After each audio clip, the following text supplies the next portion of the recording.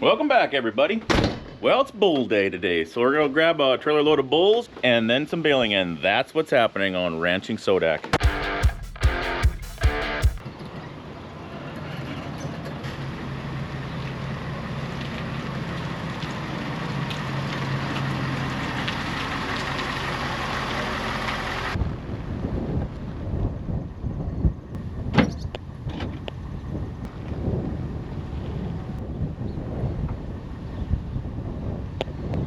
So I'm down to, what do I got? One left to replace. These were the original tires. You can see that their sidewall separated from, still hold air, but they're making me nervous. So while I'm in the yard, I'm gonna put the spare on. Don't have my impact, so I gotta break them loose first.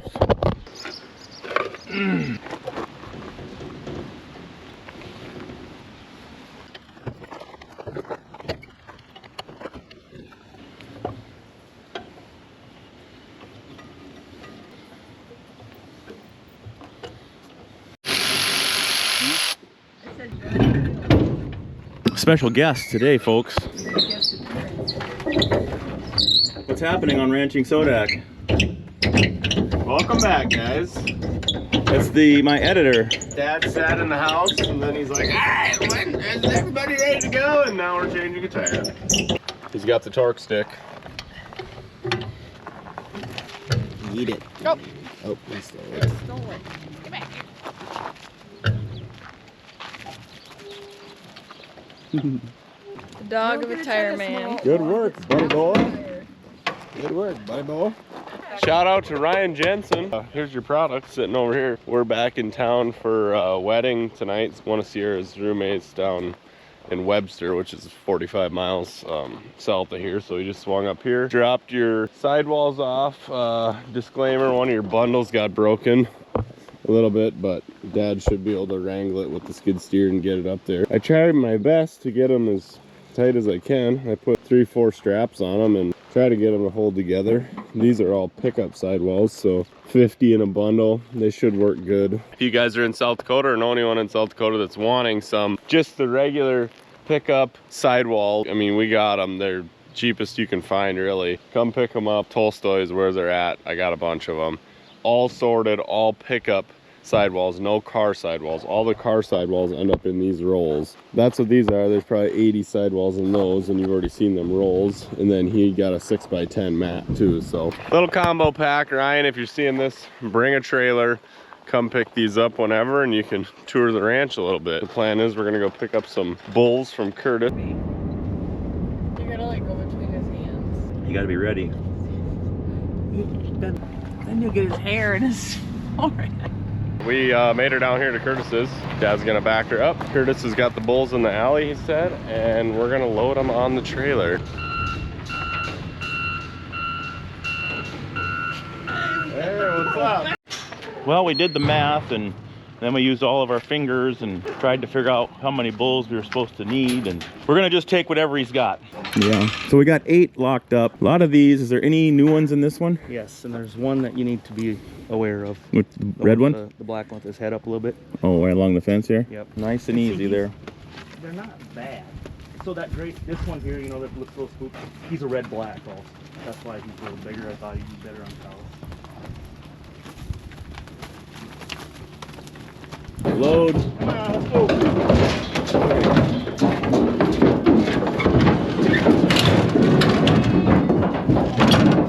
That is kind of getting close. Hang in there, boys. You just lucked out again. They're right by the gate. Get him, gate opener 9,000. Come get some, girls. Come get you some. All right, we got to let out 3. The lucky first 3.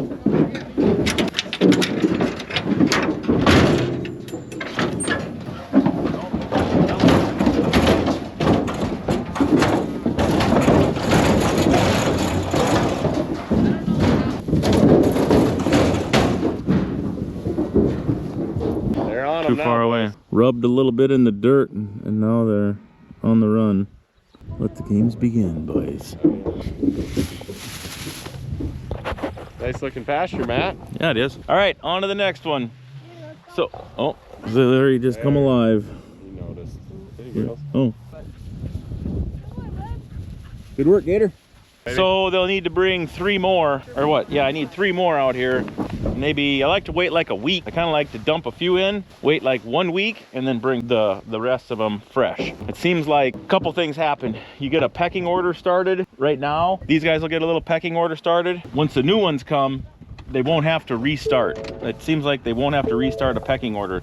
These guys will be the boss, and the new ones will just fall right into line. If you have a young bull, it's almost better to put your young bull out first, I think, and then and these were all gonna be mature, but if you had a young one, I would put him out first and get him used to it and his confidence up, and then bring the older ones in. They're not gonna fight each other to the death, but he'll have his confidence kind of up instead of being just timid right away.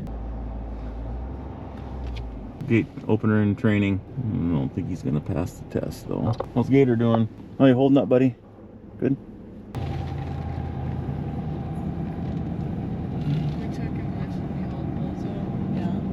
These guys are across the coulee, but I can't get down. I can't get down there, but there's some right down on the bottom. So hopefully, wind's right for the cows to smell the bulls, but not for the bulls to smell the cows. The musk. Sex Panther.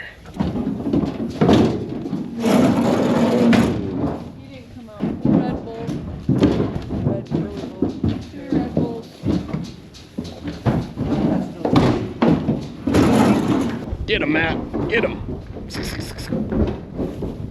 Get him, Gator. Get him. Get him, Gator. Get him. Get him, Gator. Ah! Gotta get an arch in it. Let's see your arches. Tag us up, Ranching Sodak on YouTube.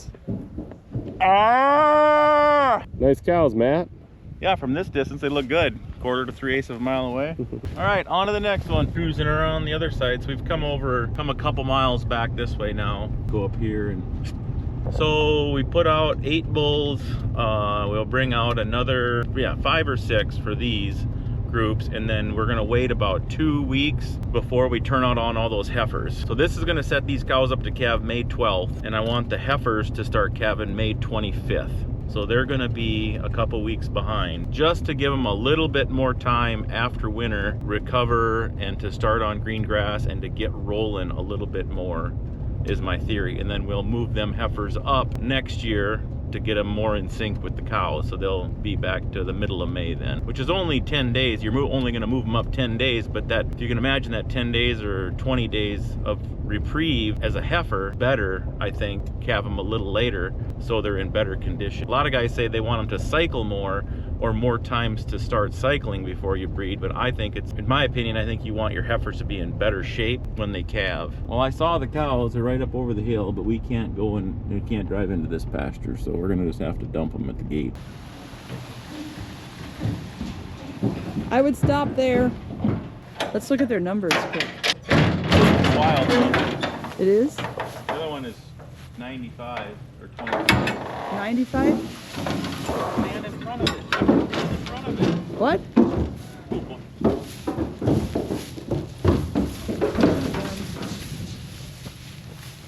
Did we get back in the trailer? I doubt it. He looks like a freak. That one's kind of a spook. They're definitely not much to look at. Fertile, and the steaks and burger are delicious, so we'll go with that. What's happening here, folks? Matty's got to get his own gate. Dinner time, so I think we grab a bite to eat, and then we got some baling left to do. We baled yesterday afternoon, and there was some of the stuff that was heavier with some weeds in it, bale grazed area that we raked and then just let it lay up overnight. And today, this morning, wind's blowing, super smoky again, but the humidity is still moderate to low. I think it's drying, so we should be good. I think we'll be able to get everything we got down baled up, and then they're talking rain tomorrow, and then pretty good chances all off and on all week, so I'm not sure what's going to happen. Hopefully the scale shows up for the shoot at some point. Little pleasant surprise here. I found this on Facebook Marketplace. This bad boy is no battery though. She said it didn't have a battery, or it needs a battery. Let's get it in the sun and see if it clicks. We'll take it over to the fencing, to our fencing little spool area. She said it needed a new battery. There's a battery in here. I've had these how do you say it, Par Mark before, and you can run them without batteries. and they would just work during the daytime, you know. The other thing we would do is just take a 12 or a 6, they're 6 volt. It says to not do it, but I would just put a 6 volt car battery on the ground and extend the cord to this thing. I'm gonna turn it on, see if the sun will make it work. She's clicking. So it works. But I don't know if it doesn't work because of the battery or what, but you could take a golf cart battery. I wonder if that one's any good. Hook it to a golf cart battery. But anyway, back to my point. Found on Facebook Marketplace, this gal lives over here to the east of us, and I left her 30 bucks in an envelope on the porch, and I said, drop it off when you're driving by. And she did, and the envelope's gone. We gotta take care of little Gator. The kids are going to a wedding, so we gotta go do some bailing with this little fake wiener dog.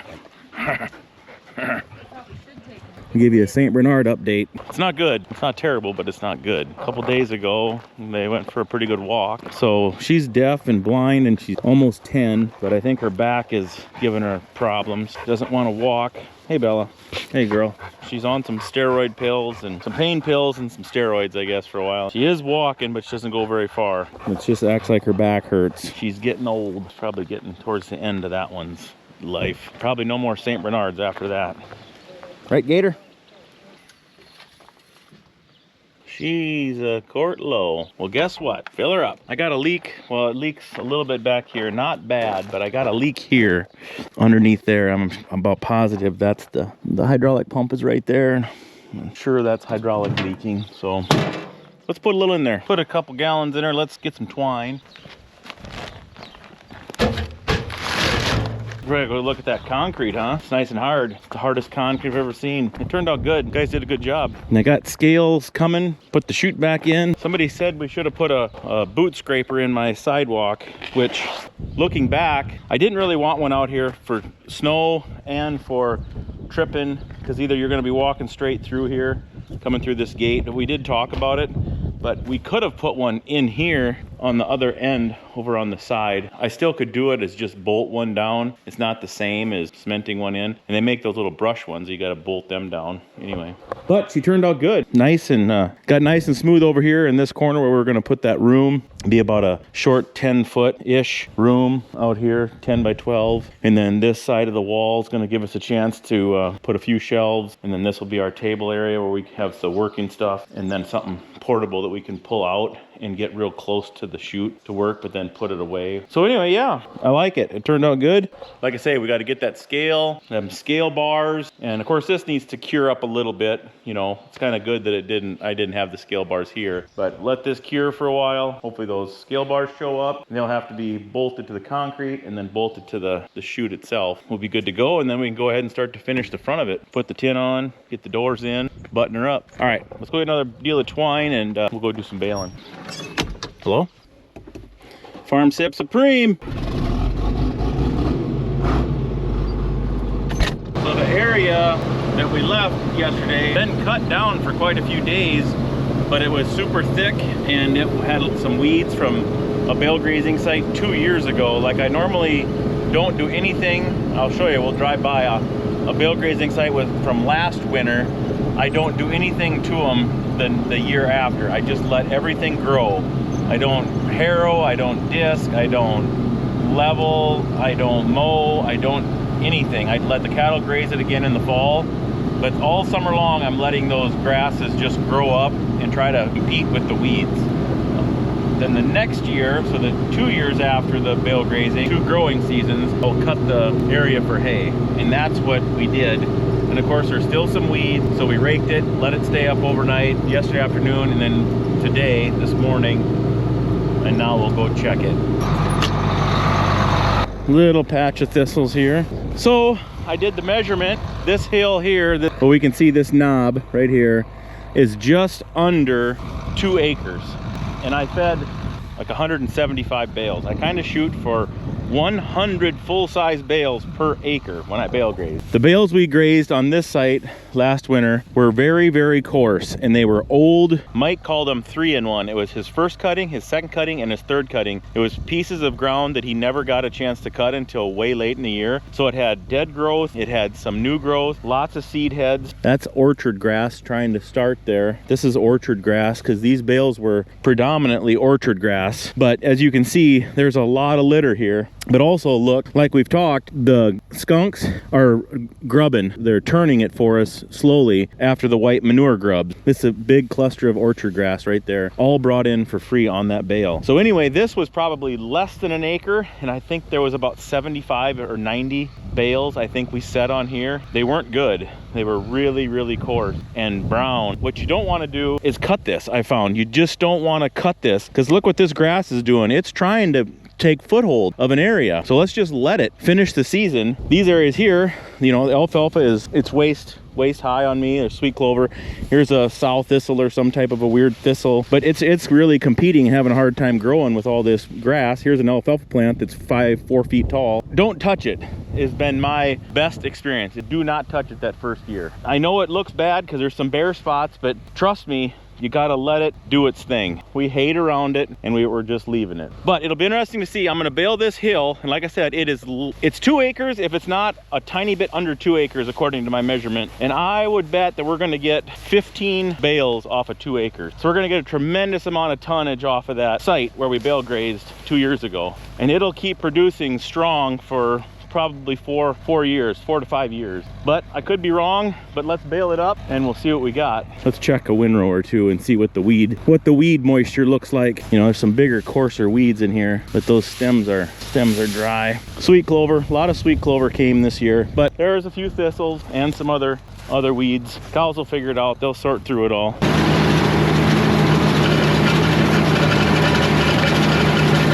I was showing you the worst row with the most weeds in it, and I got a little off kilter there, and I got a big ball of weeds stuck right in the corner. It's right where the tying arm has to go too, so I can't get my tying arm to go to tie. I'm gonna drive out of the way here and we'll just have to dump the bale, kick her out, but I want to put it in a certain spot so I don't have to move it again. We'll just let them have at her. But it is doing about 1 bale or bale and a half every row down. About every 500 feet we're getting 2 bales, so we should be really close to that dozen to 13 bales off of, like, I'm doing a little bit farther, so it's going to be closer to probably 2.5 acres. Still not giving away. Oh, it's really not even a lot of weeds. It looks like fine grass. Awesome. I think this is where the problem started, over along the edge. Stand by to stand by.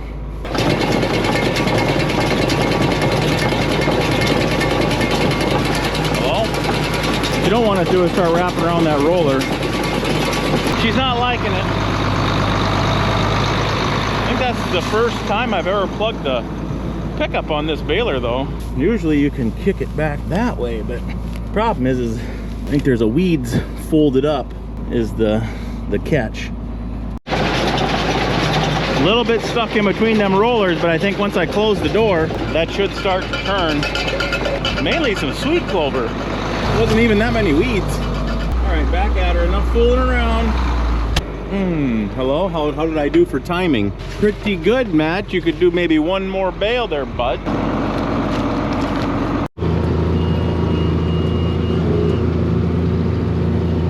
Well, we're still nibbling away on this. She's got the rake and is heading over. I cut a path over yonder way behind that new set of trees. There's a kind of a lower, pretty fertile area there that grows nice, so I usually cut that every year.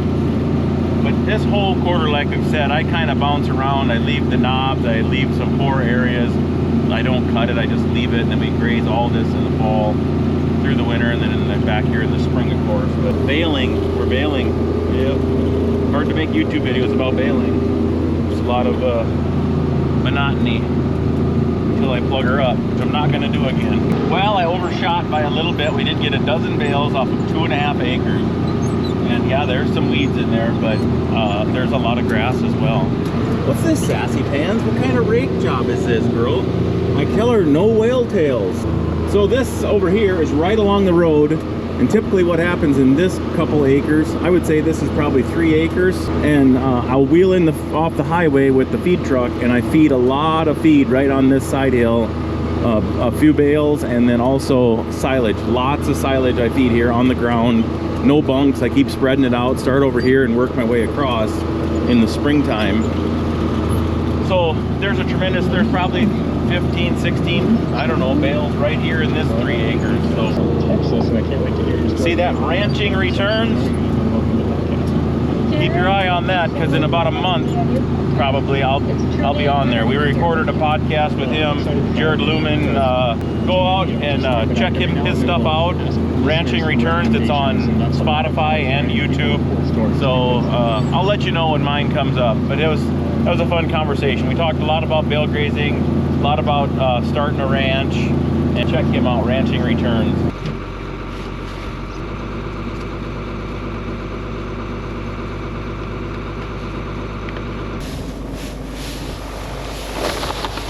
Put that in there, nobody will see it. Seagull just killed a little vole or a mouse. Well, the plan is to go and finish this. I think we'll go put our brand new fencer, the old brand new fencer up. At the end of that section line, there's an old bridge that's condemned and it's gone. And anyway, there's a fence around it that's always pretty poor, but it's off by itself. I want to put a short single strand hot wire just around that. It's probably 150 feet by 100 feet, you know, a little triangle, a little L. And then we can just leave that fencer there year round. Won't have to monkey with it. Let's go finish up this baling. Well, the baling is wrapped up, folks. Pulling her back in the yard. 127 bales out of this last cut job we did. If I can cut for a day, like that was a wreck because I had 2 breakdowns, but if I can cut for a good day with that machine, maybe a day and a half, that's the goal. Try to get enough hay knocked down that you can get it baled up.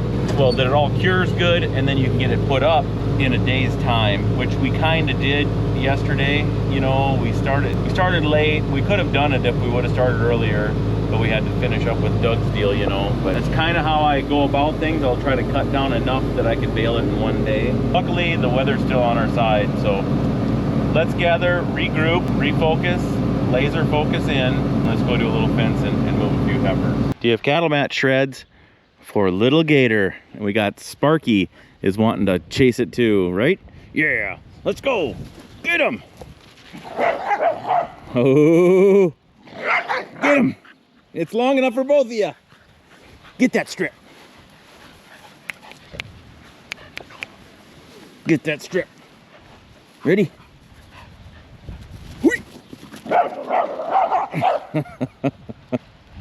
Good girl.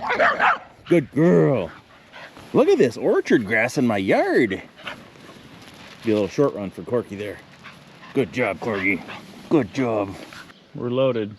St. Bernard's not doing great. Still wants to go and gets kind of worked up and can't stand. But luckily we got plenty of other dogs, and then we got little Gator here to come with us too. Right? Do a sorghum, soybean, sunflower, cover crop, grazing, silage chopping mix update. So get away from the edge where it was a couple of spots where it's no good. Here's the height now. We're at top of the leaf. We're at a little over 5 foot. And if we dig down in here, oh, don't tip over. Here's a forage soybean fighting for height. So we got a soybean that's waist high, spindly, going up. Here's a water hemp fighting for sun. Here's a sunflower fighting for sun. Here's the water hemp. One thing I did notice is we did struggle with the water hemp on the later planted fields after the rain. I don't know how many days we're in right now. We're probably 40 days from planting at 5 foot right here. This is almost 6. And this was the 3rd one planted. That field's a little bit newer. The water hemp is still trying to get out, but so is the soybean. There's about as many water hemps as there are soybeans out here, but there's lots of sorghum. Make a lot of feed if you baled it. I don't know what I'm gonna do with it. Let her grow for now. Remember, this is where we ran them through. This wasn't much of a, this isn't a gate. We take these wires off of here. I don't want them, and they gotta come back into this pasture. This is all regrowed it up and growed back. It looks good, but you don't want to graze it because, I mean, it's just had a few weeks, 2-3 weeks, maybe 2.5 weeks. So you don't want to hit this again. You want to let this go. And there's 200 acres over that hill there that hasn't been grazed yet. So we got to go that way. But the point is we got to go through here. We're going to go out there, drive around, see if they'll follow us into this one at least. And we'll probably have to get a 4-wheeler to take them the rest of the way. Let's cheer her on. You're doing good. I will. Someone's got to film though. That's the problem. This YouTube business is... I want you to look really good and talented, so I'll film you. A couple more times and these wires are going to be shot. Yep, that big. There's a long one on the bottom though that's like 8 foot long. So I don't know if you can see in the camera, but what I wanted this pasture to do, and is what they did here in 2 weeks, is they had knocked all this grass down, and there's a huge mat of grass on the ground, and now that should die down, and then we'll get a nice regrowth this fall. So when we come here with the cows, we'll come through here with a group, 150 pair, and spend their time after we give the calves their shot waiting for them to wean. So you need to give them about 3 weeks to a month in between that for their booster shot and then weaning. This is where they'll come, is down here, and that'll be perfect. Be nice regrowth. So I think it's gonna work like we wanted. No bulls for you girls yet. You gotta wait another 15 days. Right? Brrr, brrr. I thought we'd try it. Let's go and build that fence quick. It's down the road a ways here. And I guess they're not even all together. So here's another group of them. These guys might follow us, though we're closer to the gate. So here's where we've been. We came through this pasture. We got to get down this road, and then I just opened that up so we can go into here now. This has not been grazed yet, and then I have another quarter of grass even farther north yet that hasn't been grazed yet. So we got to get them back to moving. I think a lot of grass out here. Okay, hard to see on the camera, but what we were coming down was an actual road that's been condemned and shut down because there used to be a bridge right there, and the bridge is gone. So what used to happen is there used to be a fence right here for that pasture, but now we let them graze the road and we just maintain this fence over here. So when it gets to the bridge, we've got a short stretch of barbed wire that comes across the roadway, and then it goes back into the original fence over to that quarter line. Well, it's really bad for snow down in that ravine, if you can imagine, and then this is a super short stretch. It's hard to keep tight, so we're gonna put the hot wire right in front of here, and then that fencer I just bought for 30 bucks, I'm just gonna hang that puppy on this post right here, and then it can just live here forever. I won't have to, and it'll only work during the daytime because there's no battery for at night, so it's just going to be a daytime fencer, which I've done that before and it works fine. But I see our corner post disappeared. This was here last year and it was standing upright, and now it's not so much. So whoa, what happened? So we ixnayed the whole corner. We're just going back to this guy. He was the only one that had any life left in him. This is the old post pounder trick. It's not going to need a lot of help, I don't think. Well, it's not hurting my back doing this. Oh, no, good work. Smarter. Not work.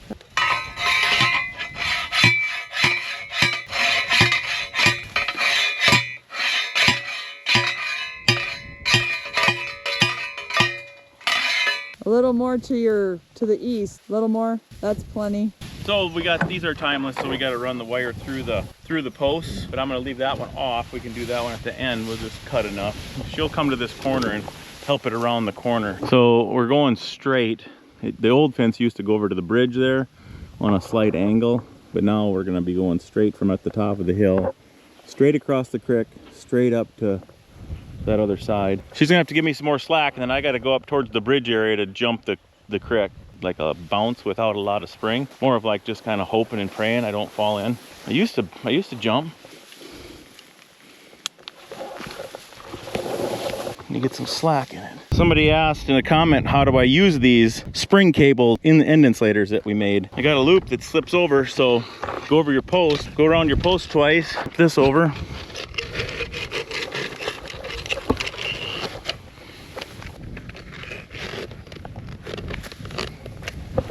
Just like that. Now she's cinched in there and totally reusable if we were ever to take this down. So like last post over there, I wrapped this around twice to get it closer, but this one, since this is the lead off and then our first post is over there, I'm gonna just go once. So it gives it a chance to stay away from this barbed wire. See how I got this coming off of this side? You don't want to have it coming off of this side. It makes it farther away from the barbed wire fence. So now this is all dead, and there's where your power will start. Oh yeah. I think you got it, buddy. Gets the oxygen. For some reason, the air is thin over here or something. It's a young man's game. Always catching you right now. Sorry about that.